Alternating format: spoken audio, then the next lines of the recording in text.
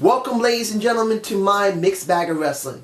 You saw my tribute to Big Daddy V. That is Nelson Frazier Jr. Now, here's my video on CM Punk departing from the WWE. Now, you already know in February 20th, Vince released a statement saying that CM Punk left. Now, what does this mean for us wrestling fans and wrestling in general? Quite substantial amount of stuff here. Because when it comes down to it, with CM Punk departing, and he was one of the top guys in WWE, now we got to see what the WWE is going to do now. Now, CM Punk was already known that he was ready to bolt before, but this time he's bolted, or he's fully bolted now. He left. But what does this mean for us? The question is going to be, how is the WWE going to change their top guys now? Are they going to keep them in the same position, or are they going to bring someone up? Will they bring up Will they bring up someone like Cesaro? Will they bring up like a Dolph Ziggler? I know that's kind of stretching it, yes. But like I said before, when it comes to Dolph Ziggler, when it comes to Biggie Langston, any of these guys, you need to just throw them into that position and see if the crowd goes for them. If it doesn't work, you can always drop them back down and leave it. But in this case, WWE may not have an option here. They need new blood in their roster right now for the main event. But when you see this for what it is, I believe one of the reasons why, how can I say this to you guys? When it comes to CM Punk, if you saw his documentary on YouTube, and it should still be there, they haven't started taking down every movie and television show on there. They're still working on it though. But when you see his documentary talking about himself, he simply says, I don't compromise. I have my ideals, my way, or there ain't no way. Now, I can respect that, and I can see it from my own point of view, because like CM Punk, I do go to a beat of my own drum. I've never really been like a team player 100% to everyone. I've always been different. I'm a wrestling fan, dudes. Even though I dropped the product for a while, I still love science fiction. I love wrestling. I'm just different. And that is what CM Punk is himself. He's a different kind of guy. And that has always been his strength when he was going for the independents in ROH. And even to a point TNA when he went over there for a little while. He's always been different.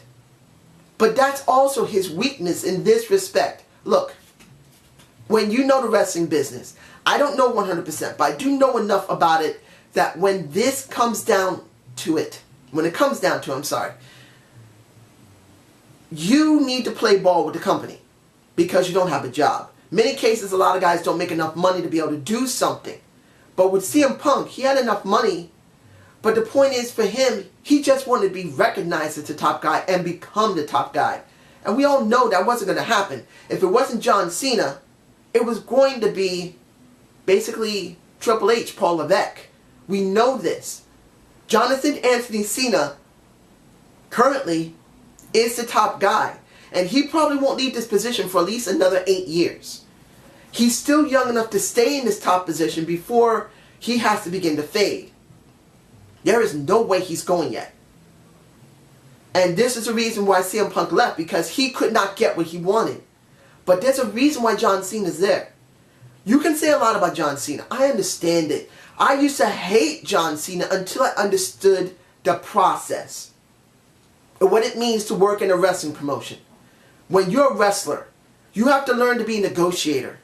You have to learn how to be a coordinator. In other words, a ring general. You have to learn how to be like an actor. You have to learn how to be a person to come up with some type of product. You have to have a lot of skills to get what you want. To be the best, you have to have a large, wide-ranging amount of skills. And as much as people don't want to hear it, John Cena has that. He has a physique. We already know about that. He may not be a great talker, but he has done decent work. But when you look behind the scenes, past his in-ring work, which isn't 100% bad, there are worse people than him. He knows how to make the company look good. He goes to Make-A-Wish. He goes for tribute to the troops. He will go where he believes is the best thing, not only to show respect to other people, but to show respect to the wrestling business. He will go on Letterman. He will go on to Facebook. He'll do Twitter. He will do radio programs. He will do whatever it takes, Sports Center, to get what needs to be done for the company. And even though you get CM Punk to a certain extent having the same thing, but for CM Punk, he may do those things, but he says, well, I'm doing this. I want this now. You got to take time before they even decide, well, CM Punk compared to John Cena, he's working just as hard as John Cena, but is he bringing in more fans? Are we getting more money from him? Are our shares going up because he's the top guy?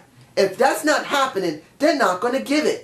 No matter how much you don't like John Cena, or if this was still Triple H in the 90s, if Triple H was not the top guy, and it was Steve Austin that was in this position, which he was, Triple H had to struggle to become the top guy by the 2000s. Because once Triple H had to take position of Steve Austin, once he messed up his back, he had to prove it. It took more than a few months or a few weeks. It took years once you get that money. Once you get the okay to go to these events, to go to radio, to go to different programs. And then to prove at pay-per-views and regular Raw, SmackDown, and any other show you need to go on, that is the only way they're going to do it. And to be honest, and I do like CM Punk, he just hasn't delivered. The shares never went up with him, not to the extent of John Cena. He has not put enough people in the seats. He just hasn't.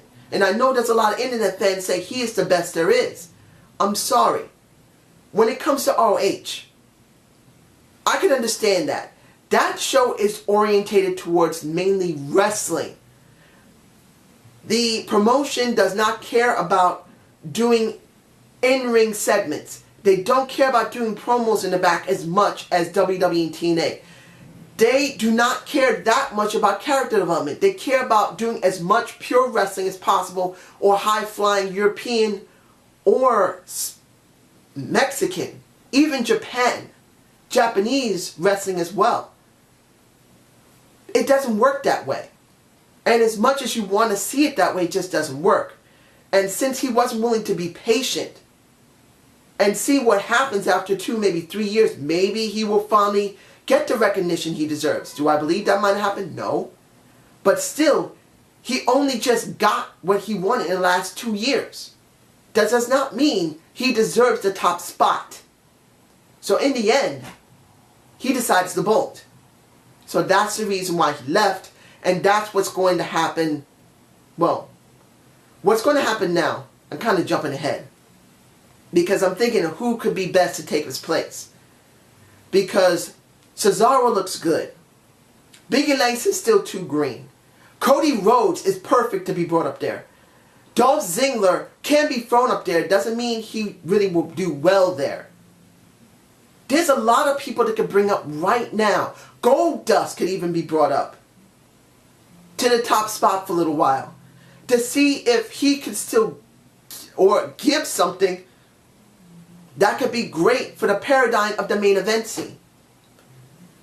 This is what we got now. That's the reason why I said earlier. This is what we got now because CM Punk departed. Daniel Bryan, of course, can take the spot that CM Punk done, and he probably will. Whoever's going to take Daniel Bryan's spot, it's going to be a question. But now with him gone, where will he go? If I had to take a guess, he's probably going to take a break for a couple of months, and then he's going to probably consider either going to TNA or ROH. I would suggest him going to TNA. Even though right now TNA does not have a very good cash flow. It does not. It's just barely recovering for what happened with basically... I love Hulk Hogan, and I'll probably do a video about him coming back. But you get my point. With the regime that used to be in TNA gone, and what they're doing great with Samoa Joe, what they're doing great with Magnus, what they're doing with James Storm and Gunner, it's wonderful to see. The Wolves coming in is great as well.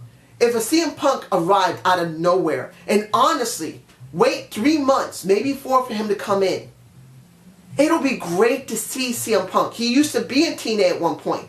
So it's not like, and especially thinking about MVP, he was there as well. They're not 100% unknown in that company. He will really give them something. And I'm hoping if he is going to TNA, not ROH, because he's not going to go anywhere with ROH.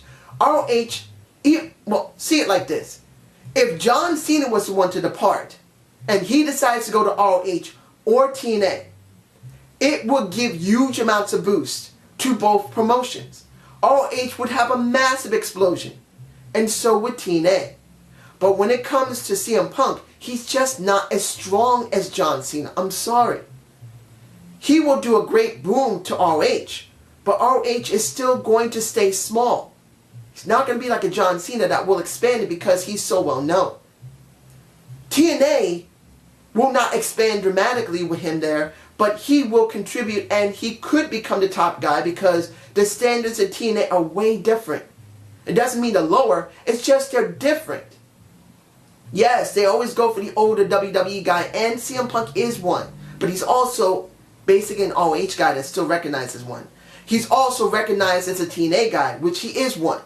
So he could be the best one to really give TNA a huge boost, and they need it. So I'm kind of hoping that will happen. And I hope you enjoyed this debate of the week. Give me a comment below what you believe that is going to happen with CM Punk. And I would love to hear your thoughts. I might be doing a video on The Undertaker, talking about Hulk Hogan coming back, and who The Undertaker is going to be challenging. You guys have a good day. Have a good night.